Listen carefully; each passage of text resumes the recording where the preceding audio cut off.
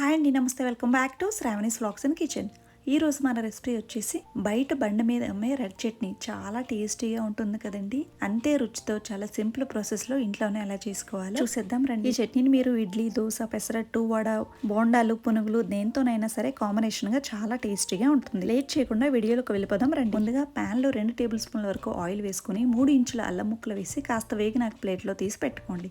ఇప్పుడు అదే ఆయిల్లో 1 టీ స్పూన్ ధనియాలు, 1 టీ స్పూన్ మినపప్పు, 1 టీ స్పూన్ జీలకర్ర వేసి పావు టీ స్పూన్ మెంతులు కూడా వేసుకొని కాస్త వేగిన తర్వాత 8 నుంచి 10 వరకు ఎండుమిర్చి, కాస్త కరివేపాకు వేసి కాసేపు వేగనివ్వండి.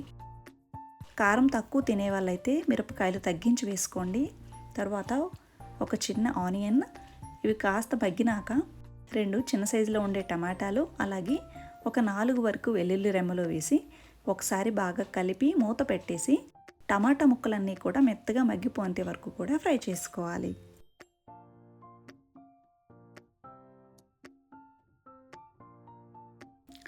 టమాటో ముక్కలన్నీ కూడా ఈ విధంగా మెత్తగా మగ్గిపోయేంత వరకు ఫ్రై చేసుకున్న తర్వాత స్టవ్ ఆఫ్ చేసుకుని చల్లారిపోయిన తర్వాత మిక్సీ జార్లో వేసుకోవాలి. అలాగే ఫ్రై చేసి పెట్టుకున్న అల్లం ముక్కలు, 1 ఇంచు బెల్లం ముక్క, కొద్దిగా చింతపండు 5 నిమిషాల పాటు నానబెట్టి వేసుకోండి. 1 టీ స్పూన్ సాల్ట్, తగినన్ని నీళ్లు వేసి వీలైనంత మెత్తగా గ్రైండ్ చేసి పెట్టుకోవాలి. దీనికి పోపు కూడా పెట్టాల్సిన అవసరం లేదండి, చాలా టేస్టీగా ఉంటుంది. ఇలా కూడా మీకు ఇంకా కావాలి అనుకుంటే తాలింపు పెట్టుకోవచ్చు, పెట్టుకోకపోయినా సరే ఇలాగే చాలా బాగుంటుంది. ఈసారి మీరు కూడా ఖచ్చితంగా ఏ టిఫిన్లోకైనా ఇలా ట్రై చేయండి. ట్రై చేసి ఎలా వచ్చిందో నాకు కామెంట్ చేయండి.